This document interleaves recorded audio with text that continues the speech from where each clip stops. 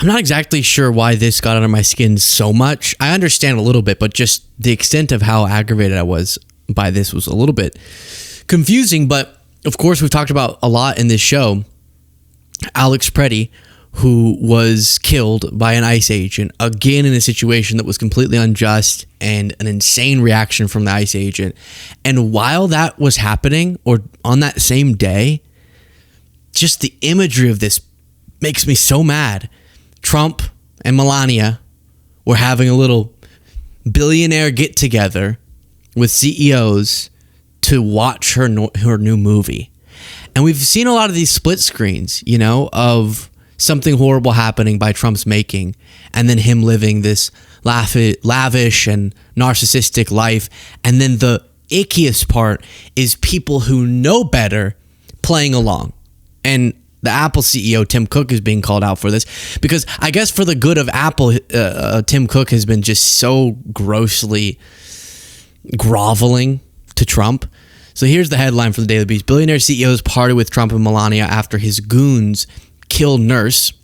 Apple CEO Tim Cook traveled to the White House on the same day a Border Patrol agent shot a Veterans Affairs nurse dead in Minneapolis. And one of them, Apple's Tim Cook, is among a group of CEOs being eviscerated for traveling for this. You might have heard about this, but it's honestly a little bit another example of money being funneled to the Trumps. Amazon, Bezos made a big deal to pay a lot of money to the Trumps to make this documentary.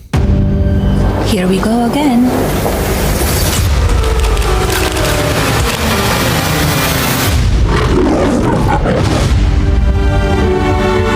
You can come in. Good morning. My proudest legacy will be that of peacemaker. Peacemaker under the fire. What? Sorry. Did she really say this in the middle of the meeting? Hey, Mel, you got anything to add? Peacemaker under the fire. Sure. That was just for the documentary clip, you know. Will be that of peacemaker. Peacemaker under the fire. Hey, how'd that age, Mel? How did that age?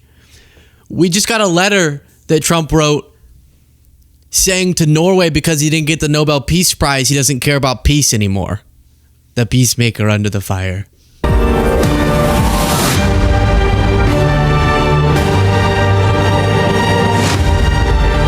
Beautiful. Together, with like-minded leaders, we have a voice. Is it safe? It is safe. I'm not really seeing anything that she's doing in this. It's just her walking around and like choosing a hat. Figure out how Melania Trump became a historic first lady. This hat or this hat? You know how iconic some first ladies have been? Really? In making real change. And great documentaries should and have been made about them. What are we going to learn in this? I might go see it just so I can review it for all of you. But what are we going to learn? Because I'm just seeing that she knows how to walk around to dramatic music and say, peacemaker under the fire. Everyone wants to know. So here it is.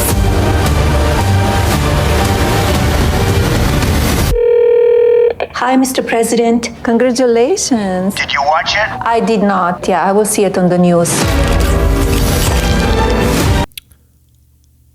Wait. You know, any other First Lady documentary would have like these behind the scenes. This is cracking me up.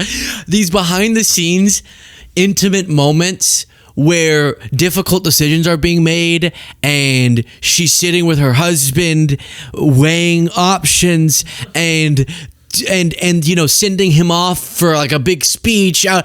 There's like no scenes of them together except for the inaugural ball, and the one where they're talking is her going, Mr. President, congratulations. And he says, did you see it? Maybe like the speech. She's like, no, I'll catch it on the news. That's crazy.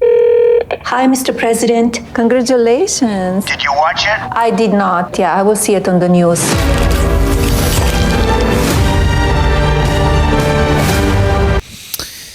Okay, so apparently watching that was what they were doing. Fierce backlash, including calls to boycott Apple products, quickly followed.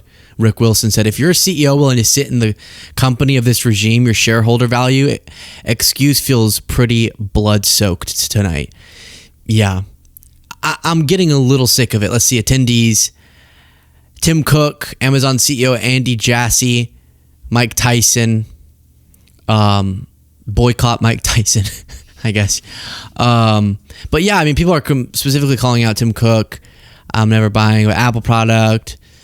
And then they do link to the post of Trump lying about what happened to Alex. So again, kind of like whenever we watch these videos from Mar-a-Lago, when at a certain point Trump wasn't going to fund food assistance during a shutdown, even though he had the funds and could, but he wanted to use it as a pressure point.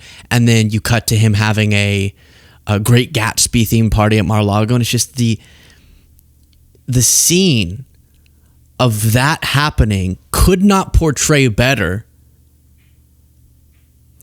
why Trump doesn't care, because it doesn't impact him and he doesn't understand. And then in this case, this whole movie was literally just a way to pay the Trumps more money, get in their good graces, and for their own vanity. Look at how cool Melania is.